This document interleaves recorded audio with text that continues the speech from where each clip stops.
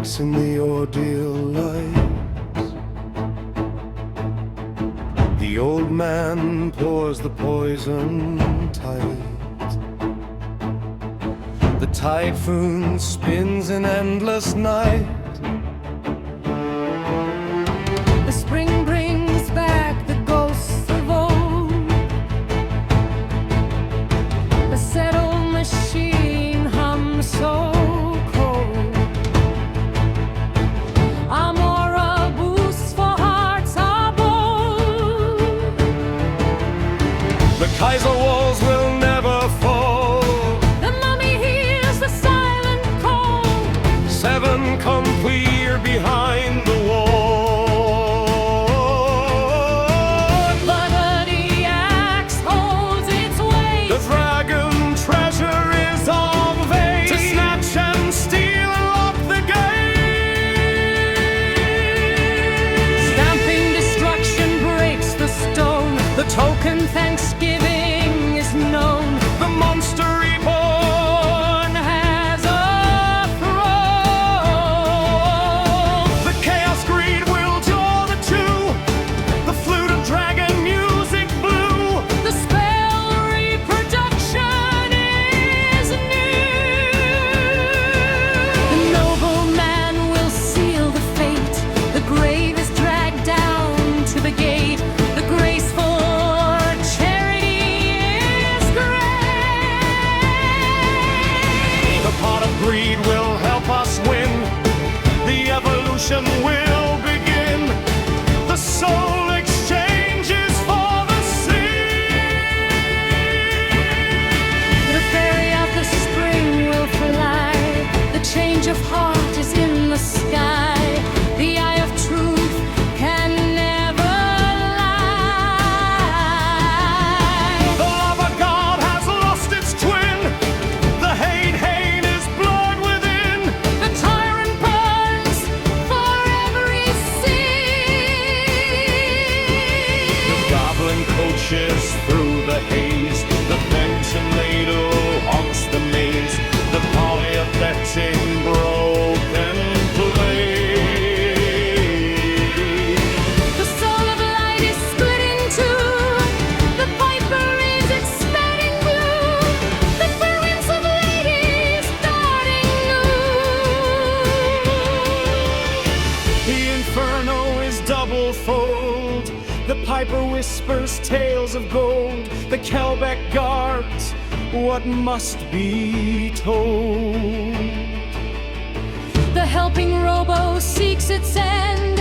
The lizard scales begin to bend. The sonic bird will soon descend. The fairies dance in shaded light. The goblin greed is out of sight. The wise man sees through endless night.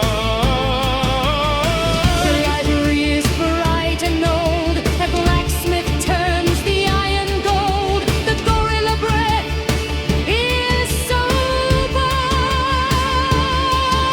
The pyramid turtle will rise. The 1,000 needles for the eyes. The Kaiser seahorse never dies. The skilled dark magician is there. The warrior lady will not spare. The compound lady takes the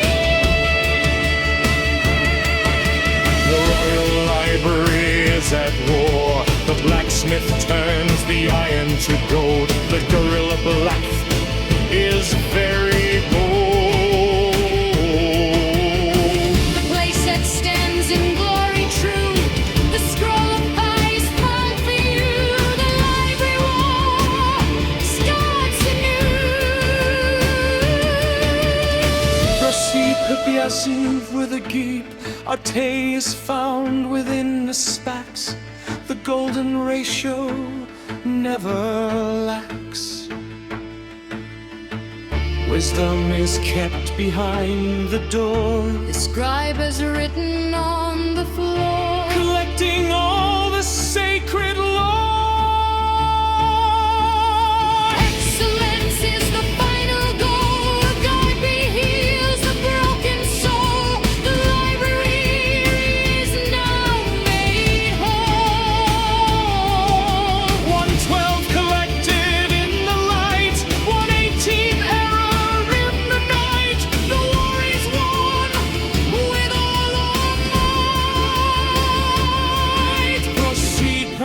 massive. Now our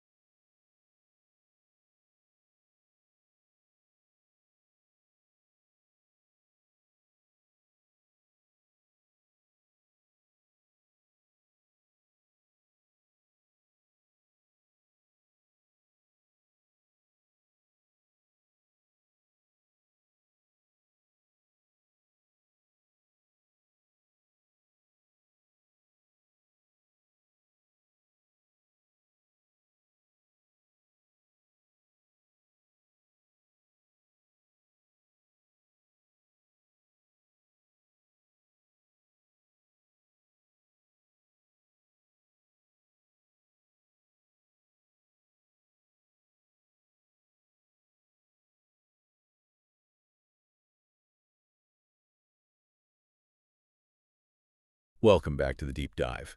Usually, usually we're tearing apart a business manifesto, or maybe we're digging through a stack of historical letters from the 1800s to figure out how a war started. Right.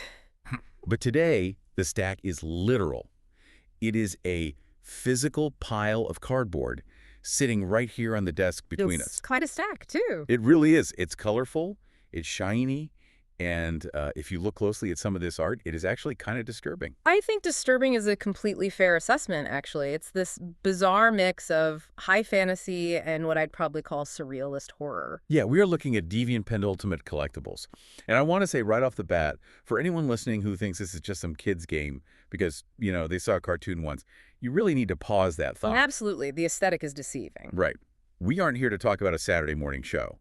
We are here to look at a closed-loop economy of war, resource management, and probability. It's serious game theory disguised as cardboard. It's exactly. We're looking at a complex battle system, a gallery of truly bizarre monsters, and a rule set that rewards immense creativity and sometimes just sheer unadulterated luck. It is a battle simulation at its core, and what makes this specific stack interesting, and by stack I mean this collection of cards from the very early eras of the game, is that it represents a design philosophy that is almost in conflict with itself. How so? Well, you have cards that want to play a fair game of my number is bigger than your number, basic playground logic. The classic beatdown. Exactly. And then you have cards that want to flip the table, rewrite the laws of physics, and just set the building on fire. That is exactly the vibe I'm getting. Mm. So our mission today for this deep dive is to decode the logic behind these deviant pentultimate collectibles. We're going to analyze the art, the mechanics, the stats, the effects, and the flavor text to understand the world these cards actually inhabit. And we have a lot of ground to cover. We really do. I'm looking at dragons, obviously. But I'm also seeing horrific clowns, machines that mess with time, and literal jars. The jars are surprisingly dangerous. Do not underestimate the jars. I'll keep that in mind. And I think that's the hook here, isn't it? How does a pitted moth, which is literally just a caterpillar, coexist in the exact same universe as a blue-eyes white dragon? It's a massive power disparity. It's huge. And what happens when you flip over a card that literally resets the entire game state? To understand that, you have to look at the shift from beatdown, which is that caveman strategy of just hitting things really hard to control and combo strategies. But to get there, we have to start with the baseline. The Titans. Yes. The cards that set the rules so the other cards can break them. Let's jump into segment 1 then, the Titans and the Slayers. This is raw power versus specific counters. And I have to start with the card that is sitting right on top of our pile here, the Blue-Eyes White Dragon. Ah, the gold standard. Even if you've never played a card game in your entire life, you've probably seen this art somewhere.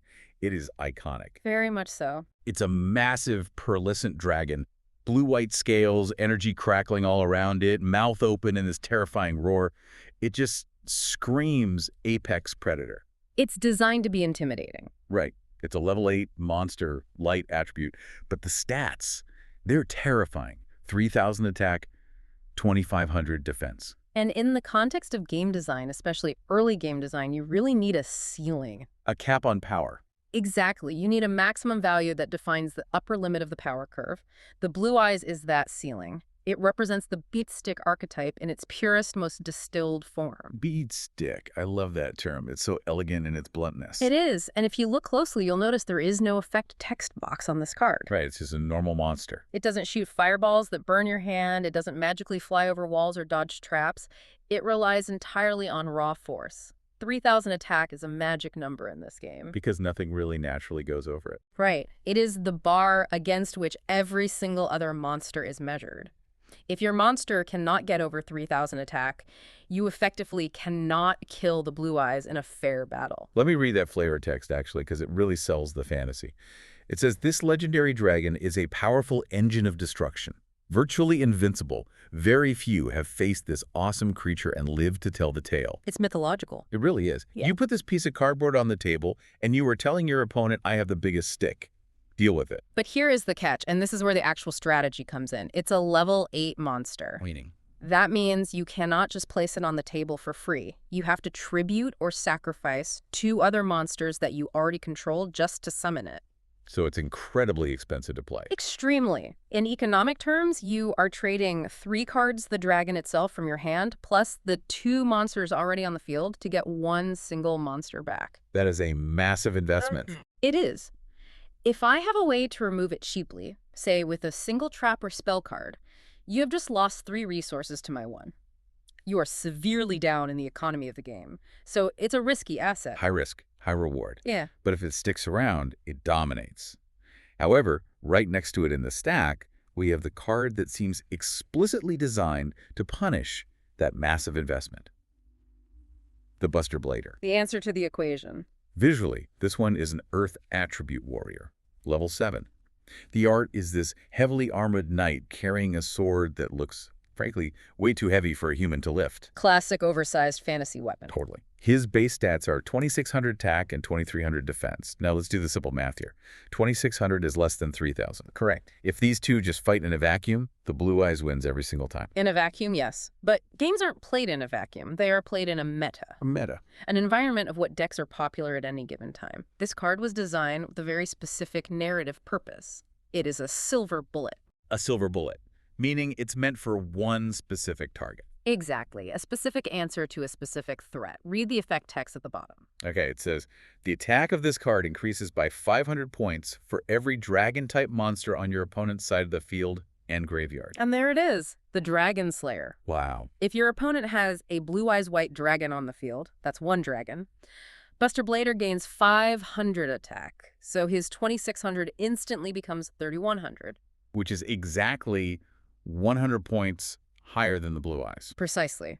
It conquers the invincible engine of destruction by a very slim margin, but a margin nonetheless. And notice it counts the graveyard too. That's the discard pile, right? Yes. If the opponent is playing a dedicated dragon deck, which they likely are if they manage to summon a Blue Eyes, they probably have other dragons that have already died in combat. Oh, right. Maybe they used a Pedit dragon to stall a few turns earlier. Buster Blader counts those dead dragons too. It effectively turns the opponent's entire theme against them. This is matchup dependency at its finest. It is. Imagine bringing a fire extinguisher to a fight. If your opponent has a flamethrower, you look like a genius. But if they have a water gun, you look ridiculous. Exactly. Buster Blighter is a pretty mediocre card against a machine deck or a spellcaster deck. 2,600 attack for 2 tributes is okay, but it's not great. But against a dragon deck, he is the true apex predator. I love that kind of storytelling through mechanics. It's not just arbitrary numbers, it's a built-in rivalry. But speaking of numbers, let's look at the third card in this little power trio we have here. A card called Mahavelo. Ah, Mahavelo, a fan favorite for a very, very specific reason. Looking at it, he looks pretty unimposing. He's a light attribute spellcaster, level 4. He's just sitting there in these blue robes, wearing lots of dangling jewelry, maybe meditating or praying. He's very unassuming. His stats are 1,550 attack and 1,400 defense. In a fight against the Blue Eyes, or even the base Buster Blader, he gets absolutely squashed. On his own, he is basically a generic villager. But look at his effect text. Okay, it says, in addition to the effects of equipped cards, the attack of this monster is increased by 500 points for every card equipped to this monster. So he's an equipment specialist. And right next to him in the stack, we have an equipped spell called Axe of Despair. A true classic of the era. The art is this jagged, heavy-looking battle axe with an actual screaming face on it. That- Looks completely barbaric. The text says, a monster equipped with this card increases its attack by 1,000 points. So let's do the math on this one. This is what players call the Voltron strategy. Bolting pieces together. Exactly. Taking a very weak core and bolting weapons onto it. You take your weak little Maha Velo at 1550. You equip the Axe of Despair. The axe itself gives him a flat 1,000 attack. That brings him to 2550. Which is respectable, but still under the blue eyes. But Mahavela's own effect kicks in simultaneously. He gets an extra 500 just for holding the axe. So that's 1,550 plus 1,000 plus 500. That puts him at 3,050 attack. Correct. With a single weapon, this low-level wizard becomes mathematically stronger than the legendary Blue Eyes White Dragon. That is wild. It completely upends the hierarchy of power. You don't need the massive level 8 monster that requires 2 sacrifices. You literally just need the wizard and his axe. It teaches the learner a really valuable lesson about game mechanics. Synergy can often outperform raw potential. Synergy beats base stats. Right. The Blue Eyes is a standalone threat. It's a brick house. Mahavelo is a combo. It's a house of cards. Why House of Cards? Because it relies on multiple pieces. Partially, but also because of vulnerability. If I use a simple spell to destroy the axe, not the monster, just the equipment, Mahavela instantly shrinks right back down to 1550 attack. Oh, wow. He loses the 1,000, the 500 bonus at the same time. He becomes totally vulnerable again. The Blue Eyes doesn't have that weakness. Its power is intrinsic. Mahavela's power is entirely borrowed. That's a great distinction. Intrinsic power versus borrowed power. The deviant aspect here is finding the back door to power, rather than just walking through the front gate with a giant dragon. That's exactly how deviant players think. Let's move to segment 2. We've talked about the big effects and the power combos, but I really want to talk about the world building for a minute. I'm looking at these normal monsters, the ones with the yellow backgrounds, and no effect text at all, just descriptions. Flavor text is very often overlooked by competitive players, but in a deep dive like this, it is essential context. It tells us what the world actually looks like when the gods aren't fighting each other. Let's look at the petite dragon. It's this tiny green worm-like dragon with these cute little wings. It looks arguably adorable. And the text says, a very small dragon known for its vicious attacks. In the stats, 600 attack, 700 defense. known for its vicious attacks, that phrase is doing a lot of heavy lifting there. Right. In a world where 3,000 attack exists as a baseline for power, 600 is barely a scratch. Maybe it's vicious to a normal human. Like, if I ran into this thing in an alley, I'd be absolutely terrified. But against a Buster Blader, it's a joke. It creates a sense of scale. Not everything in this universe is a world ender. Some things are just local pests. Then we have Petit Moth. This one is literally just a caterpillar. 300 attack, 200 defense. The text warns, this small but deadly creature is better off avoided. Deadly at 300 attack. Now, this is actually really interesting. In the broader mechanics of this game, moths usually evolve. They evolve, like, into something bigger. Yes, this card is almost certainly the larval stage of something much, much worse. The Great Moth. I think I saw that card somewhere in here. Exactly. The flavor text is hinting at that potential. It's saying, don't step on this thing because its mom is going to come back and eat your entire city. It adds a layer of biological realism. It does. It makes the world feel lived in. Next up is Uraby, a dinosaur. It looks pretty much exactly like a raptor. 1,500 attack, fast on its feet, this dinosaur rips enemies to shreds with its sharp claws. Now, 1,500 is genuinely respectable for a level 4 monster with no effects. That's a foot soldier. A real threat. If Petite Dragon is a pest, Uraby is a legitimate threat to a commoner. The text focuses purely on aggression, rips enemies to shreds. There's no magic here, just harsh biology. Then we get to the really weird stuff. Dark gray. It's a level 3 earth beast. It looks like a goat, or maybe a deer, but it's entirely blue-gray and has these weird webbed wings. The text says, entirely gray, this beast has rarely been seen by mortal eyes. 800 attack, 900 defense. The text here creates a sense of scarcity. Scarcity. Yeah, it suggests that while we, the players, are holding the physical card, the creature itself is a myth in its own world. It adds this great layer of mystery. Why has it rarely been seen? Is it interdimensional? Or is it just really good at hiding in the woods? It makes you wonder. And what about Judge Man? This guy looks dead serious. Oh. A warrior with a club and a very stern, imposing helmet.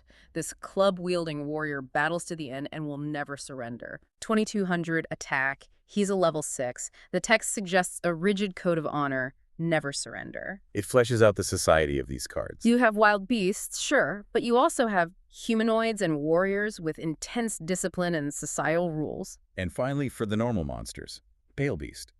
With skin tinged to bluish-white, this strange creature is a fearsome sight to behold. It's basically this blue monster crouching awkwardly in front of a red curtain. It looks completely unnatural, almost like a laboratory experiment gone wrong. So putting all these together, what is the synthesis here? Why do these weak, normal monsters actually matter? Because a game or a compelling story cannot be made entirely of blue eyes, white dragons. If everything is special, nothing is special. Precisely. These cards establish the baseline reality. They are the local wildlife, the grunts, the myths, the experiments. They ground the more deviant strategies we are about to discuss in a recognizable physical reality. Speaking of deviant strategies, let's get right into segment 3, the art of disruption. We are moving away from hitting things with swords and into changing the fundamental rules of the engagement. And I have to start with the card that looks like a mechanical nightmare ball, Cyberjar. Yes. The nuclear option. It really is. This is exactly where the game stops being about fair fighting and starts being about gambling and chaos. It's a rock-type monster, strangely enough. Dark attribute, 900 attack, 900 defense. But the effect text is a whole paragraph long. It's a flip effect. Right, and flip means the effect only activates when the card is turned from face-down defense position to face-up. Usually when it gets attacked. Usually, yes. That happens when the opponent attacks it, thinking it's just some defenseless wall they can crush. So the opponent swings in with their massive blue eyes, hits the face-down card, and then boom. Boom! Step 1 of the text destroys all monsters on the field, including this monster. That is a total board wipe. Everything is gone. Blue Eyes, gone. Buster Blader, gone. Mahavela with his fancy axe, destroyed instantly. But it doesn't stop there, does it? No, it does not. The text continues. Both players then pick up 5 cards from the top of their respective decks and show the cards to each other.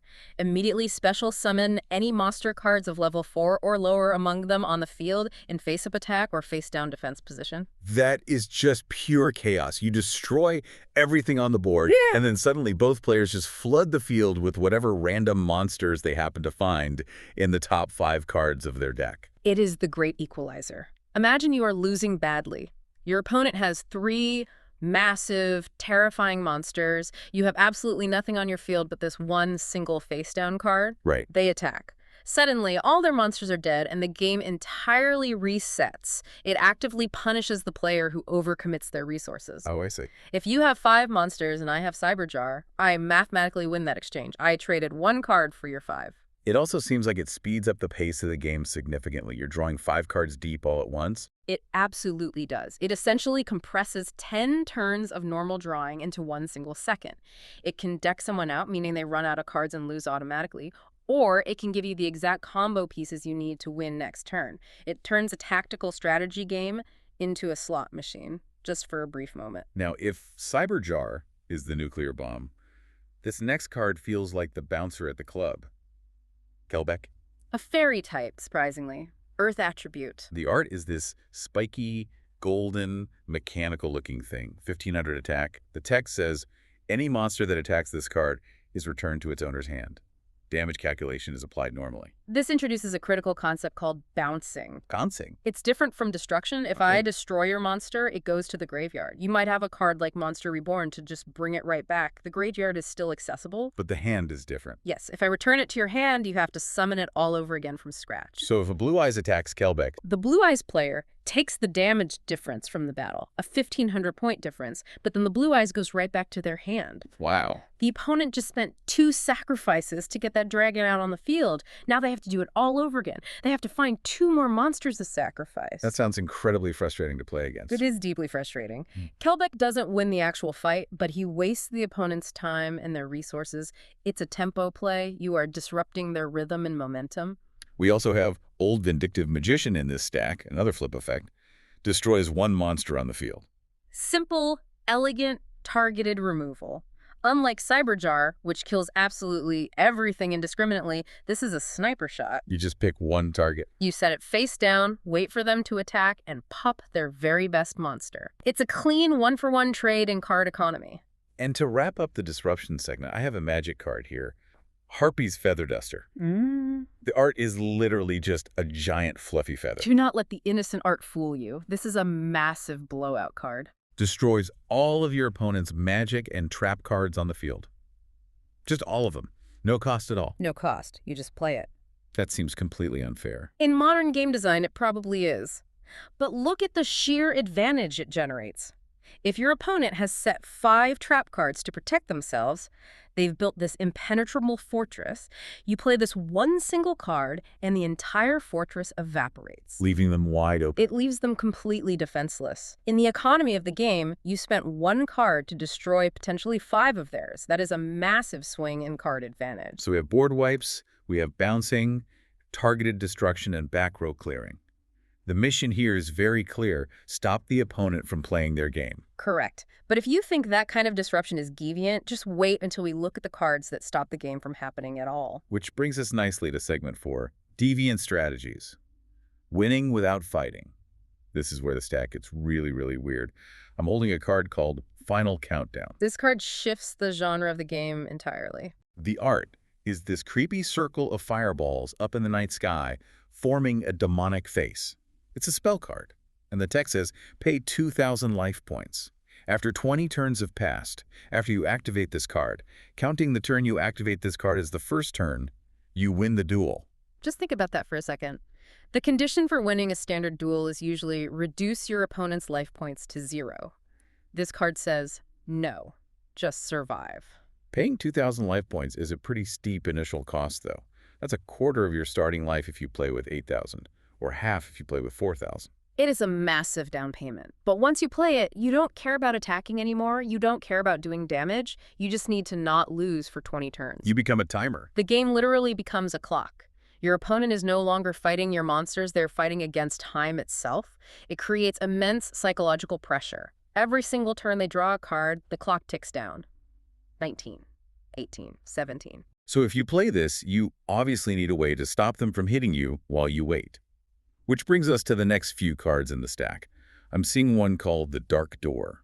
A classic stall card. Both players can only attack with 1 monster during their respective battle phases. Okay, so even if they have an army, 5 Blue Eyes White Dragons, only one can actually swing at you. Exactly. It creates a tactical bottleneck. You only have to defend against 1 single attack per turn. That makes surviving those 20 turns much, much easier. You don't need a massive wall to hide behind. You just need a turnstile. And then there's Spatial Collapse. This is a truly fascinating card mechanically. It says you can only activate this card when both you and your opponent each have 5 or less cards on the field. As long as this card remains face up on the field, the total number of cards that each player can have on the field is 5. 5 cards total. 5 cards total. Monsters, spells, traps, everything combined. Everything. Your entire presence on the board is capped at 5. That sounds incredibly claustrophobic. It is resource constriction. Think about it.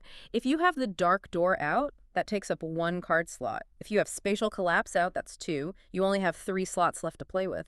But your opponent also only has 5 slots. They can't build up a massive army. They can't swarm the field. They can't set up a massive multi-card combo because they physically run out of room on the board. It feels like you are slowly squeezing the opponent out of the game entirely. That's the entire point. And if you really want to be a dedicated pacifist, look at DD Borderline. When there are no spell cards in your graveyard, neither player can conduct their battle phase. No battle phase. Period. No one attacks. Ever. You just turned off the combat engine of a combat game. If you build your deck with no spells, or you manage your graveyard perfectly so it's always empty of spells, the game simply stops being a physical battle. It becomes a staring contest. And who wins the staring contest? The person who played Final Countdown. So you play Final Countdown, you drop DD Borderline or the Dark Door. Yeah. You just sit there and wait. And while you wait, you can use reactive cards like Zero Gravity. Let me find that one.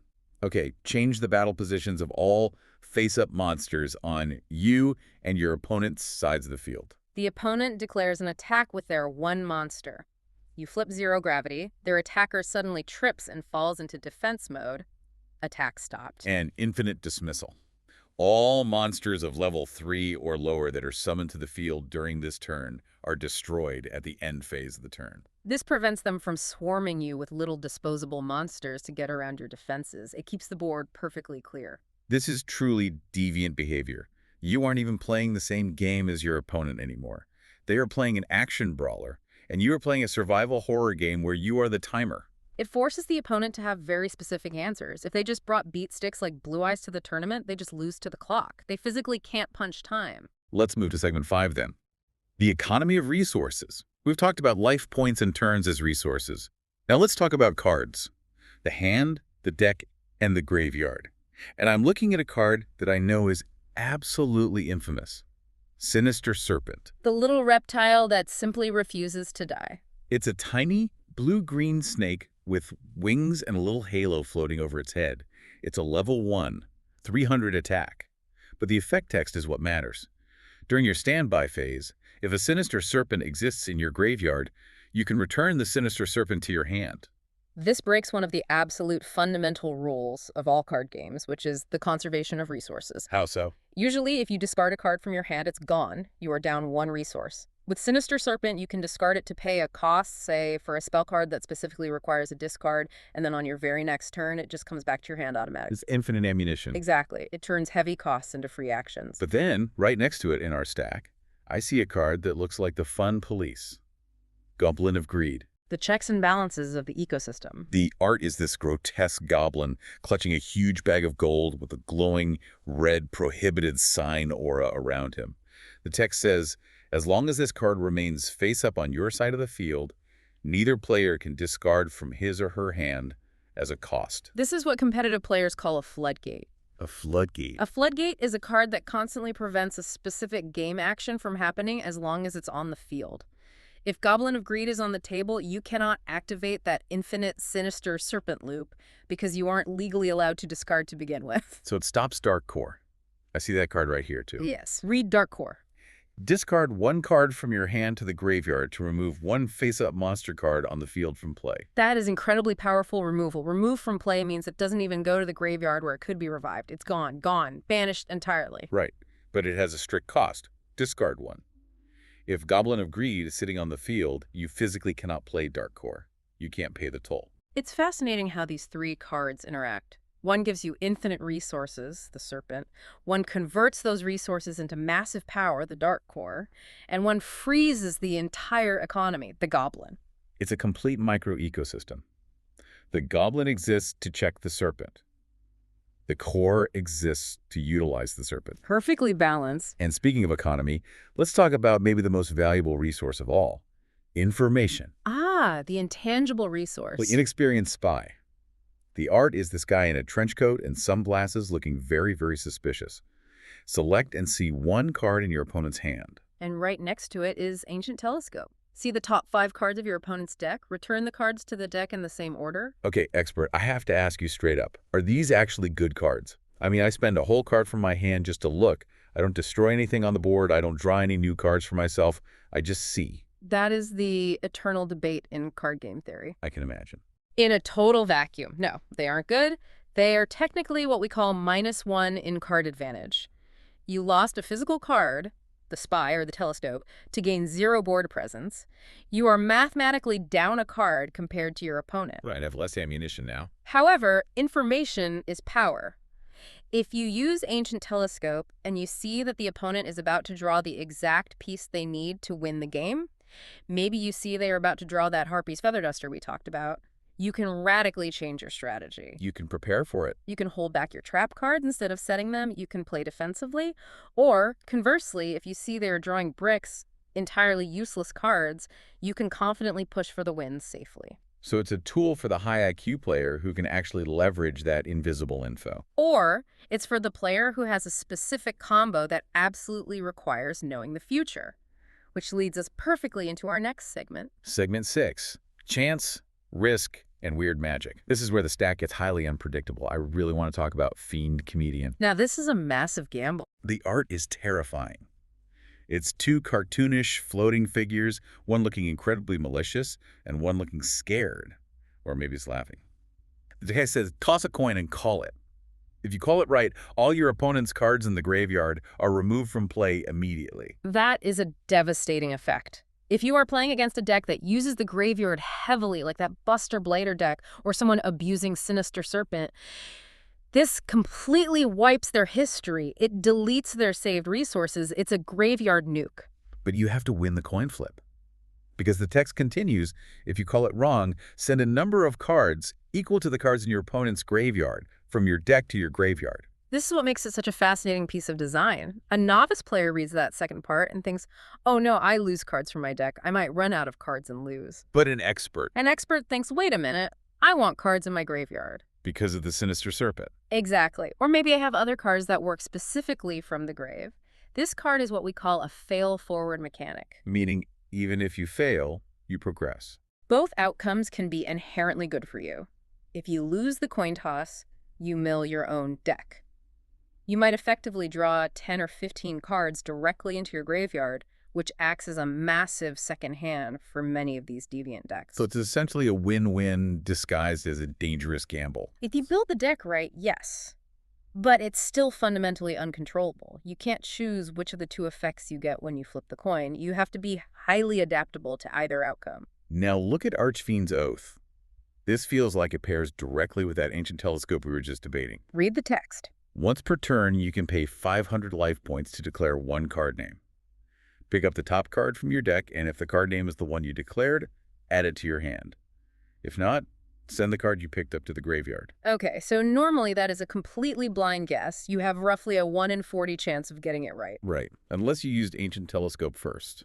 If you just looked at the top 5 cards of your deck, you know exactly what the top card is, so you happily pay 500 life points, you declare the exact name you just saw, and you draw it. So Archfiend's Oath suddenly goes from a wild guess to pay 500 life points, draw a free card. That is an incredibly powerful engine. Card draw is widely considered the most powerful single mechanic in any game. It turns a weird magic card into a perfectly reliable resource generator. It totally rewards you for creatively combining these disparate, strange effects. What about Magical Marionette? This seems like a different mechanic entirely. Spell counters. Each time you or your opponent activates a spell card, put 1 spell counter on this card. And it gains 200 attack for each one. And you can remove 2 counters to actively destroy a monster. This monster turns your magic cards into physical ammunition. If you play a deck full of cheap spells, maybe lots of Ancient Telescopes and Dark Cores, this Marionette just gets huge.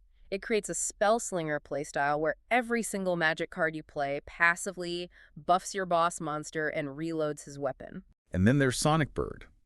When this card is summoned, you may move 1 ritual magic card from your deck to your hand. Specificity. This bird does exactly one thing. It fetches rituals. It's what we call a tutor. The tutor. A card that strategically searches your deck for another specific card. It reduces the randomness of the game.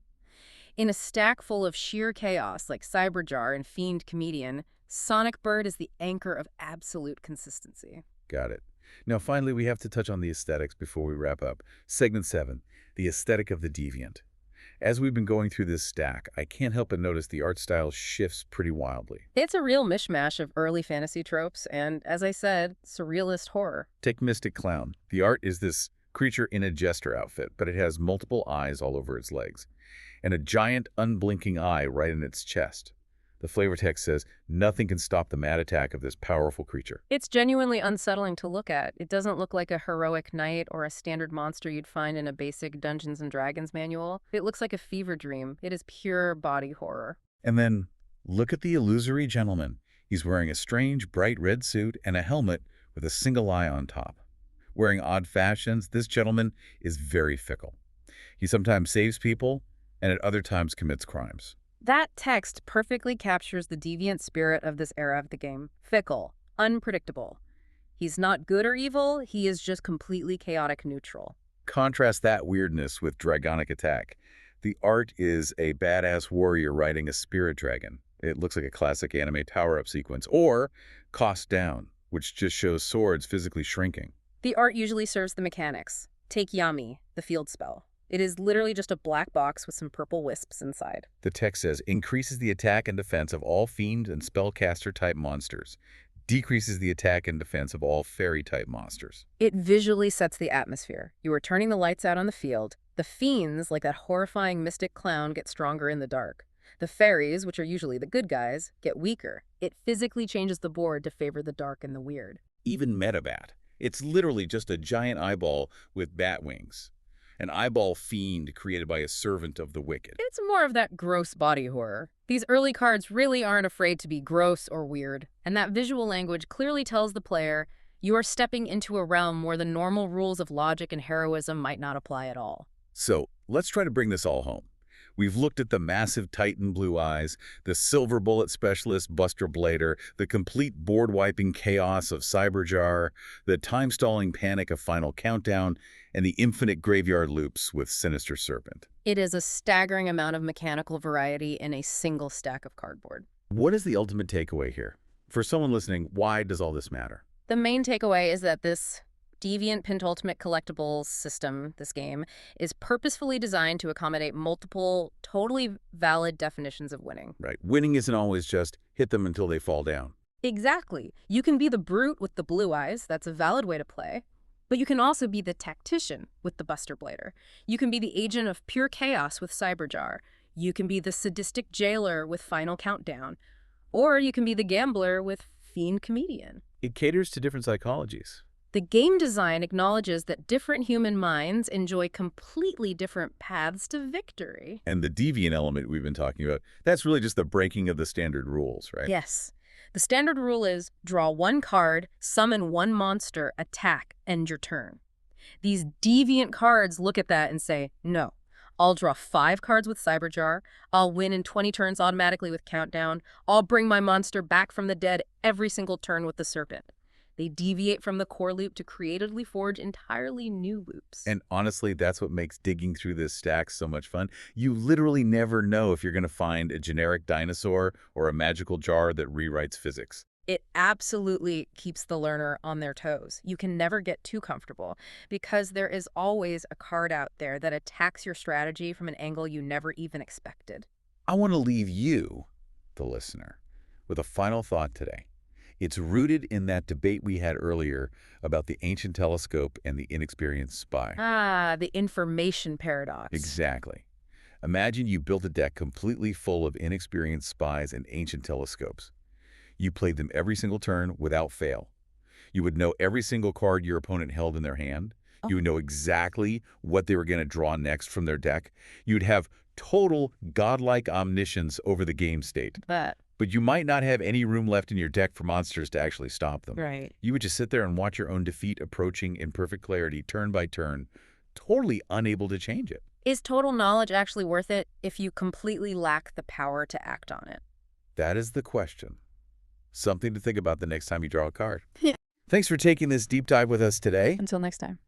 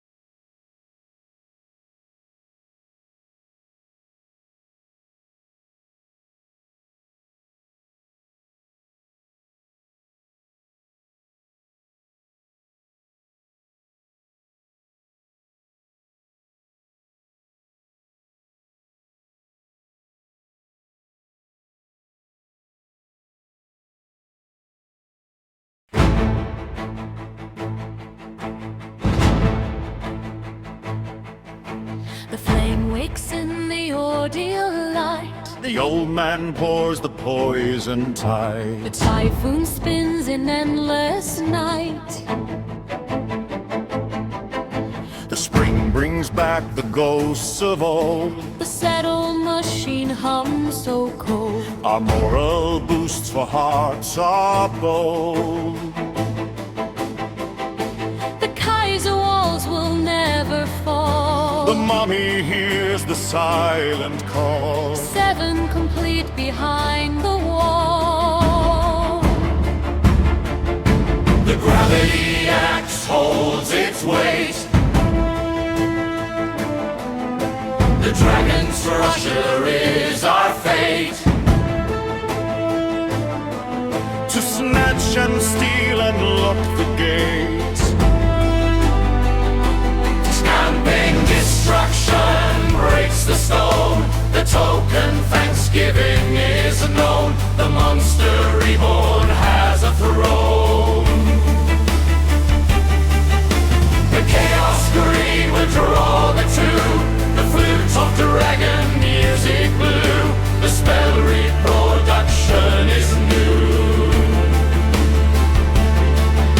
The noble man will seal the fate. The grave is dragged down to the gate. The graceful charity is great.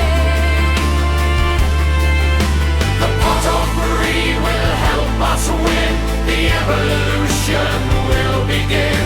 The soul exchanges for the sin. The fairy of the spring will fly. The change of heart is in the sky. The eye of truth can never lie. The love of God has lost its twin. The hate is blurred within. The tyrant burns for every sin. The goblin coaches through the haze. The red tomato haunts the maze. The marionette in broken place. The soul of light is split in two. The faith of mages is starting new. The flames of ladies burning blue. The inferno is double fold. The piper whispers tales of gold. The Kelben burns what must be told. The harping robo seeks its end. The lizard scales begin to bend. The sonic bird will soon descend. The fairies dance in shaded light. The goblin greed is out of sight. The wise man sees through endless night. The library is bright and old. The blacksmith turns the iron gold. The gorilla breath is so bold. The pyramid turtle will rise. 1,000 needles for the eyes. The Kaiser seahorse never dies. The skilled dark magician is there. The warrior lady will not spare. The vampire lady takes the air. The royal library is at war. The blacksmith turns the iron to gold. The gorilla breath is very bold.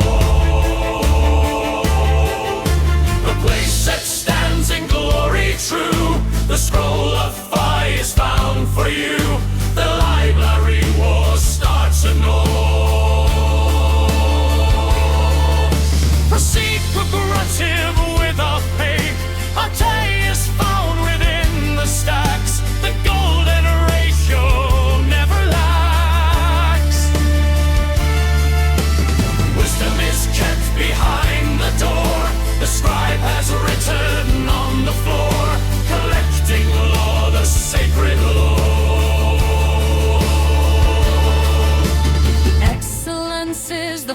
final goal. Agape heals the broken soul. The library is now made whole.